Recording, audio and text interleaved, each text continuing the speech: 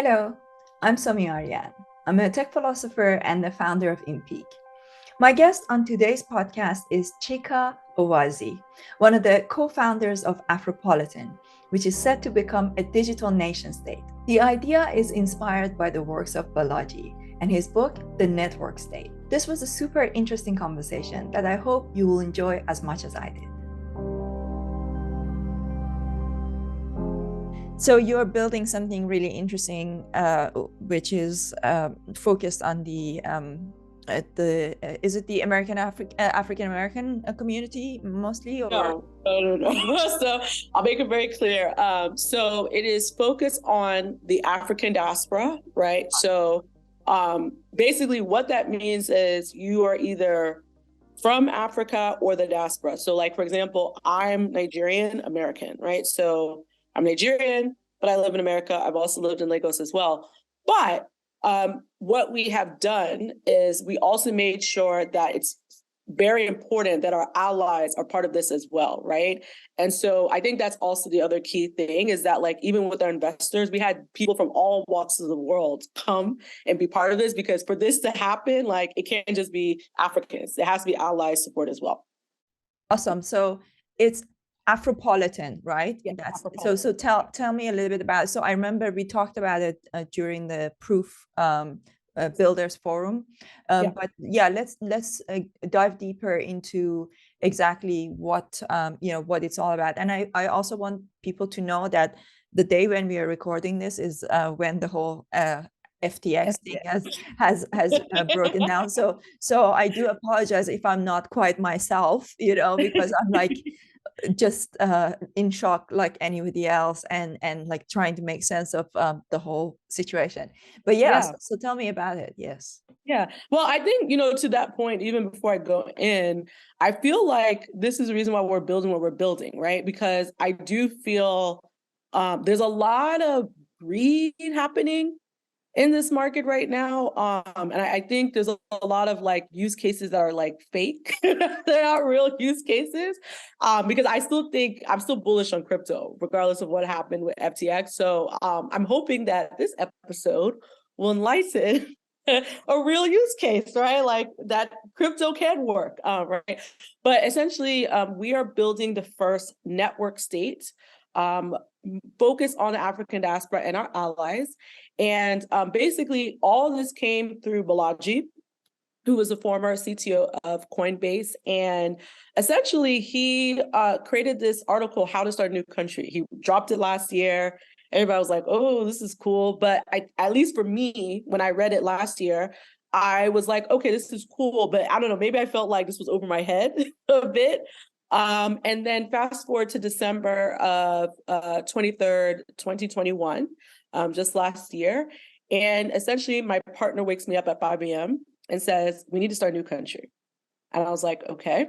I was like, this is a very strange insight at 5 a.m.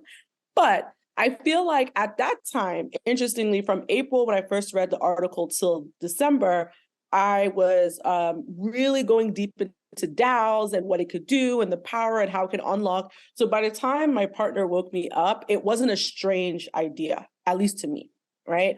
And basically, I read the Federalist Papers, which is the papers that formed, the Constitution, the U.S. Constitution. And there was a quote by Alexander Hamilton that says, are we going to keep making choices off of accident and force, or are we going to make a new choice off of reflection, right, and choice? And for me, Africa has been forced. Many African countries were formed not by those who live there, but by those who do not. And a lot of the nation states are failing. Many countries like my own, Nigeria, has been fighting bad governance for over 60 years. And I feel like we cannot realize our full potential. We have young, amazing people in Africa that like seem to have all these obstacles in front of them because of bad governance. And for me, what's more interesting is that Web3 adoption in Nigeria is the third largest in the world, right? And so we are ripe for this opportunity. There's many young Nigerians using crypto every single day for real life. And that's the reason why we're building what we're building. But I think we can talk more about like the what and the how, but that is essentially like how it started. Super interesting. I didn't know that Nigeria was the third country using. Okay, so but when you say that you're building this network state, you're focusing on basically all of Africa and as you said, your allies. So from the moment when you came up with this idea, or your partner suggested that 5 a.m. morning, what was the next steps you took, and how long ago? Remind me again, was that April of this year? Yeah, no, so last year April, we just read the article. We hadn't moved yet. December of last year, so it's almost a year. So that now. 5 a.m. thing was in December last year. Yes, it was in December. Yes. So we are coming to almost a year since then. All right. So tell me about the story of like how things unfolded from there. Yeah. So literally that happened. And then I was like, okay, let's go. Like, we were in Nairobi, Kenya. So I was like, okay, let's go talk to our friend. Cause this guy like works at Apple, right? I was like, he's super smart. Let's pitch it to him. If he's like, it's a no, then maybe we should like ask ourselves, like, does this make sense? And so we waited till 8 a.m. He woke up. We went to breakfast with him. We pitched him the idea. And he was like, this actually makes sense. And then funny enough, that started us traveling to actually 4 different African countries and pitching it to our community members, because Afropolitan is actually already a community. It's been a community since 2016. So we pitched our friends in Nairobi, then we went to Tanzania, then we went to Ghana, then we went to Nigeria, and literally just pitching people in our network, in our community. These are people who built unicorn businesses. These are people who've exited from tech companies. So these were like smart people that if all of them were like, this doesn't make sense, then be it et cetera, just crazy, right?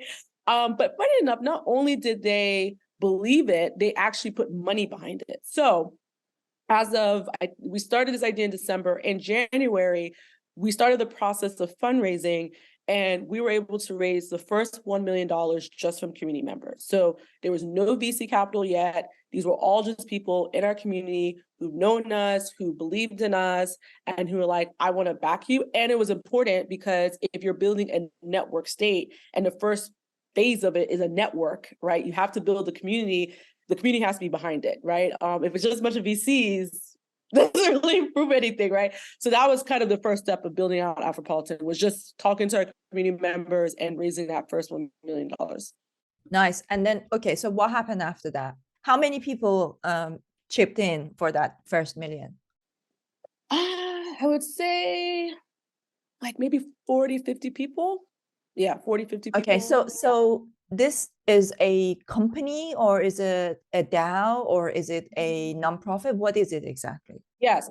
So it is just today an organization, right? We created a foundation, right? We also created a company. Both of them are registered in the BVI. And we're doing that because at some point, if you're building a nation, right, you're going to have your own currency. And so in order to make sure that's all structured properly, we built a foundation which will hold the token when we decide to launch it. We have not launched it yet, but today it's just an organization. And that first phase of the organization is the NFT project, right? And so that is honestly, since I would say we finished fundraising around like May-ish, because we started talking to VCs, and, VCs always take their time fundraising. So that kind of slowed us down. But then from May up until this point, as you're hearing this podcast recording, we've been working on phase 1, which is an NFT project. Okay, awesome. So, and the NFT project, so when is this coming out? How many are there? How are you planning to sell it, especially in this? Yeah, in this bear market, right? So a couple of things, and I think it's important to get background. So number one, we partnered with, again, community members. So we had a community member who came up with the story, the lore. And so she actually teamed up with a team of writers, and over 3 weekends, they basically were in like a writer's room and giving out the writing. Because for us, we were like, we need our own mythology. We need our own why and story that people are buying into, because we're building this nation, right? So we first worked with her to do that. The second part was then the artist. And so again, I've seen people like just go on Fiverr or random places and get an artist. Like, no, we needed to make sure that the artist was bought into our long-term vision. So funny enough, our artist Ogosa, I just happened to be on Twitter. Someone retweeted his work on my timeline. I was like, this art just speaks to me and it speaks to the vision. And it's almost as if he was in the writer's room. So I cold DM'd him and he responded and he was like, yes, I would love to work with you guys. And he just happens to be Nigerian and super young. So I'm really excited about that. So we started working with him. We started assembling a team together. And honestly, we went back and forth for a couple of weeks because we have so much of lore that we were like, okay, should we do 10,000? Should we do small? Like we kept going back and forth. Now we have decided to only do 500 NFT pieces. This is our Genesis collection, and this represents the founding citizens, right? So everyone who gets this NFT, they are founding citizen of our nation state. They get to be part of the Constitution, and they digitally will like sign, the Constitution. They'll be part of our code of conduct, our working group. So they're kind of the beginning parts of this network state. It is going to be minted in December. But right now we've just been talking to communities like yourself. We've been talking to so many different communities, and talking to our own community and really just getting them buying in. And we have an application process. So we have over 1,000 applicants at this point. And I think we're gonna, our goal is a couple thousand at least. So we have a really good mix of people who are applying. But even if you don't get this NFT, you will be on the wait list for our next NFT, which will drop in Q1. Okay, awesome. So that's a good idea to start small. That's really good idea. And how about those people who invested initially? Do they get the NFT? No, so they had to apply as well. So it depends. We do have set aside some NFTs that will be given to like early community members and early people who are part of our vision. But some of our investors, they have applied. We've seen them in the application process. So that's cool. Yeah. What's the mint price? We're still deciding on that, but it's not going to be more than 0.2. I'll say that. Okay. All right. Yeah, that's the max we'll go. Okay, that's very reasonable. I think that's like a really good building a small foundation and building a lot of excitement around that, and then start releasing the next steps. Awesome. So this is super interesting. So we are hopefully we're gonna have you on the platform as well to speak. Maybe if not on this round, maybe like when you're doing your bigger one, your next one. Yeah.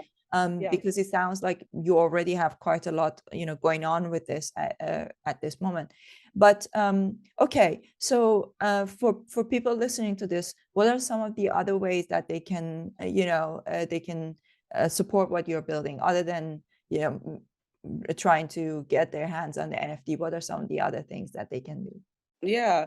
A couple of things. I think, while this is such a long-term project, there's a lot of things that we are considering that are important. So number one is simply spreading the message. I tell people, I don't think Africa's talked about enough when it comes to Web3, and the fact that a lot of people know like that Nigeria is the third largest crypto adopter. People just don't know. And I think unfortunately Africa is largely ignored. When it comes to tech, it's kind of like, oh, aid over there type of thing, versus like, no, like people are actually leading and building and creating interesting things on the continent. So just simply telling the message and the story is really important. But I think further, we're looking at a couple of things. So number one, so for example, we did a Twitter space with Hootless, and many of those are moonbird holders. And one of the things that we are looking at talking about is even creating a pipeline of artists, right?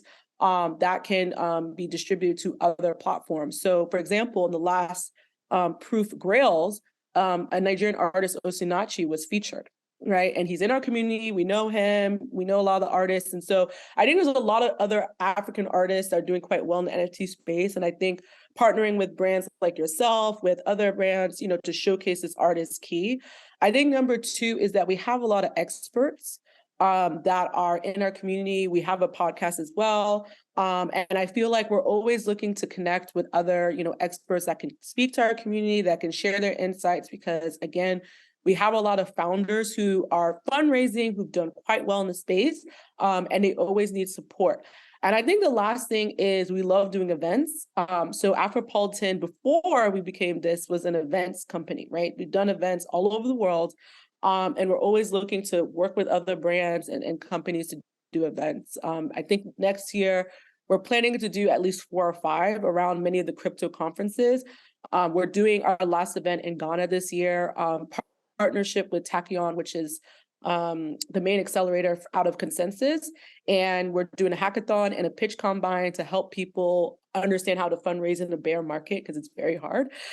And so, yeah, so I'm always looking to partner with people to, you know, do events. I think collaboration is key in this Web3, you know, space.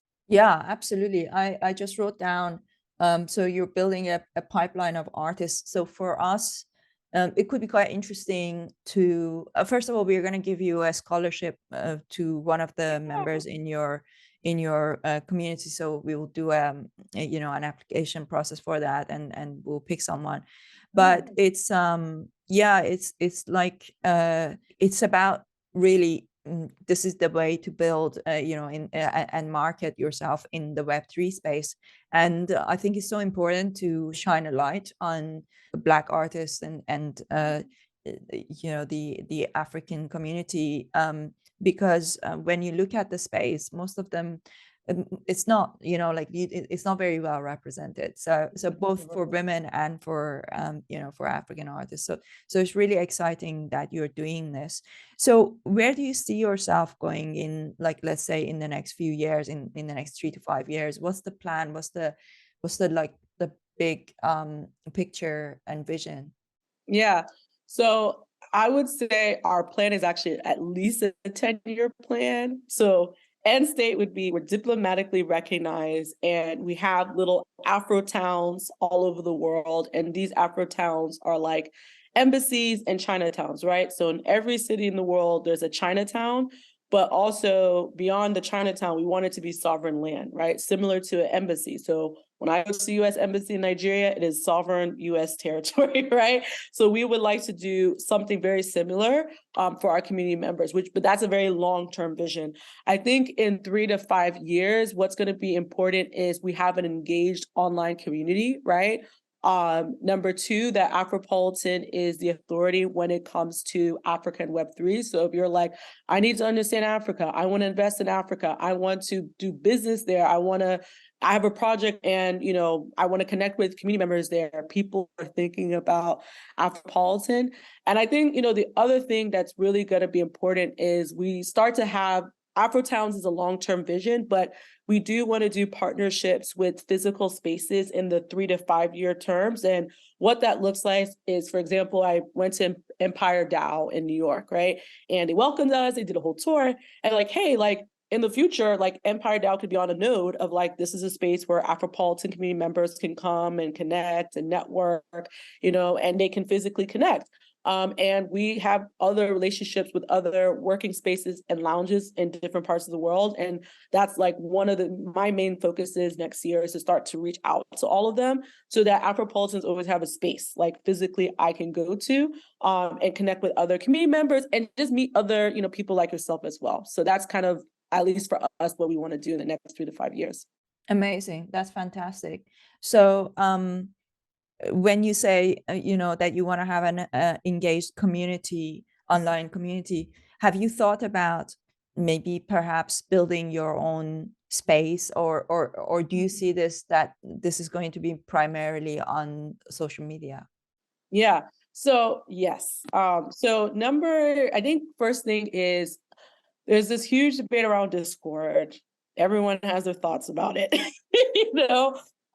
So for us, obviously, we need an online community for today, which we'll have, but we do want to build our own platform. So that's actually in phase 2.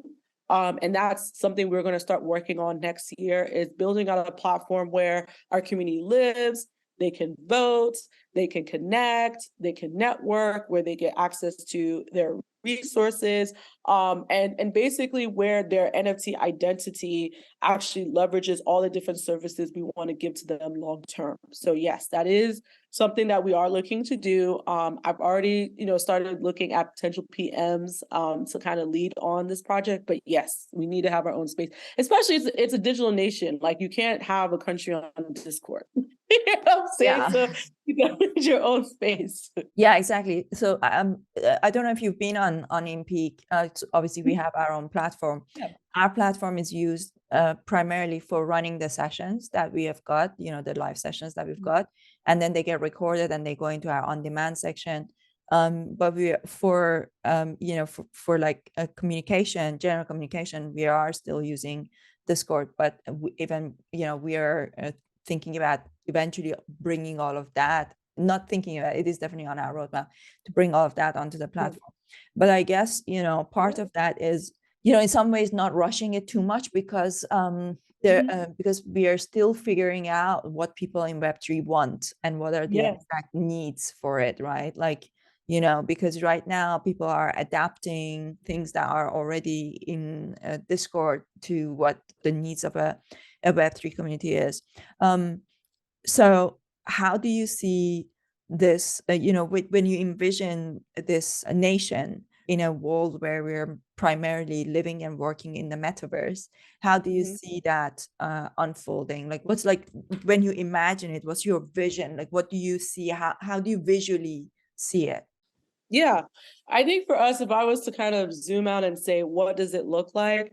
Number one, I'm an Afropolitan citizen, and I do not have to physically live, in any part of the world to become that citizen, right? So I can live in Puerto Rico, I can live in America, I can live in Bali, I can live in South Africa, I can live wherever I want, but I am a citizen of this space, right? I am walking into this online community that is owned and governed by Afropolitan community members, right? And, long term, I have access to different services. That could be health services, that could be, job opportunities, that could be, being able to, use the Afropolitan token and use it as a commerce, right? As a payment for other services in the world. So I feel like for me, the long-term vision of what this looks like on an online metaverse space is that I'm, part of a community. I'm part of a community that impacts my life daily, but I don't have to physically be there, right? And I think the other thing about it is we want citizens to have shared ideology, not DNA. Right. So you could be an Afropolitan member. I could be an Afropolitan member. We're in different parts of the world, but we both feel connected, right? At a deeper level beyond just like being community members. And I think that's the other, key component of Afropolitan. Okay, cool. Yeah, because I was going to ask you, for example, if somebody was not from an African descent, whether they could actually become so it is open. Yeah, they can. It's open to everybody, right? Like I said, with any product or any company or organization, they always say like, this is our target audience. But to be honest, my main thing is that I want to change the rules and I want to change the conception of what it means to be a citizen. And that, again, it's not a shared DNA, which is how countries were started off, right? Like, okay, these people are similar DNA or same kindred or same family, but like, no, we just share an ideology, right? That is the main reason. And we're all aligned to this ideology of abundance, which is our mantra, right? We want everyone to be abundant, to feel abundant, to have access to abundance, whatever that looks like for them. And as long as that's your thing and you're like, I'm aligned to that, you could be a citizen. Nice. So you are also a moonbird, right? You have a moonbird. Yes. So yes, how did that come about? You know what's so funny? And it's interesting. So I didn't know about proof. I'm so upset. I don't know. I think because I was traveling, I was like, I wasn't paying attention to anything at that point because I think proof was like December, January last year, right? But then I saw Moonbird, and it's interesting because it's not like at first there's anything about the project I was like, oh, but I feel like I happened to listen to a podcast. I don't know if it was Overpriced JPEGs or maybe it was some other podcast. And I know Kevin Rose, I've heard about him, in Web2 world. And so once I heard about like, oh, the structure and how he wants to build it and what he's thinking, I was like, oh, I'm in, like I want one of these moonbirds. I remember I told all my people, there's actually a community of us that also own a moonbird together, because we have this Nigerian Discord. And I just told everyone that I know, you need to get one. This is it. I didn't know it was going to take off the way it did, but I just had a sense that this was a very solid project to be in. And I'm excited. I'm glad, especially because so you won the raffle. Yes, me too. yes. And we did. Well, I did, but then my community, we didn't, right? So luckily, one of our community members is like an OG NFT collector. So he's like, I'm gonna put in some money, y'all put in some money, and then we're gonna buy one. And so we had to get one at 19 ETH. But luckily, yeah. So it's amazing. And the fact that AK Stevie as well, she's Nigerian. Yeah. And it's funny because we were connected before she joined them. Funny enough, I still don't remember how, but it was a nice surprise as well. I also won the raffle and minted that. So that's really cool to see that, because I think there's not enough diversity in that community as well. We have been trying to bring in, I think with the oddities, we have been able to bring a lot more diversity. And I know that aka Stevie has worked so hard to bring in. I personally gave away several oddities to bring in more women. So we definitely need to bring in a lot more diversity to those big projects, because it's all good and well that we are doing our own projects, but those big projects, they need to have a diverse audience as well. So it's really important that that you are part of that. So I like that. That's great. All right. Well, this has been super interesting, super exciting what you're building. I'll be definitely closely following. I will fill out an application if you can't pass me through Of course, sorry. like send me the application. We also did an application for a week, actually. Send me the application. I will apply, and hopefully I will get accepted. Of course. I love what you're doing. You're a builder, which is the DNA of any Afropolitan member. Yeah, definitely. And we will also promote it to our community as well. I think there's going to be quite a lot of people that will be excited about what you're building. And it's really good that it's a small number to begin with, because it's easier to get buy-in for that. So that's really good. All right, well, this has been super interesting. I look forward to having you on the platform. We will discuss different ways that we can collaborate and work together. Yeah, amazing. Thank you for having me. It was such a pleasure. I hope you enjoyed this conversation with Chika. Be sure to follow her and Afropolitan on Twitter and keep up with their developments. If you enjoyed this podcast, be sure to subscribe to it on Apple, Spotify, or any other one of your favorite podcast channels. And don't forget to give it a 5-star rating and write a review. The full interviews are also available on my YouTube channel, The Somi Arian Show.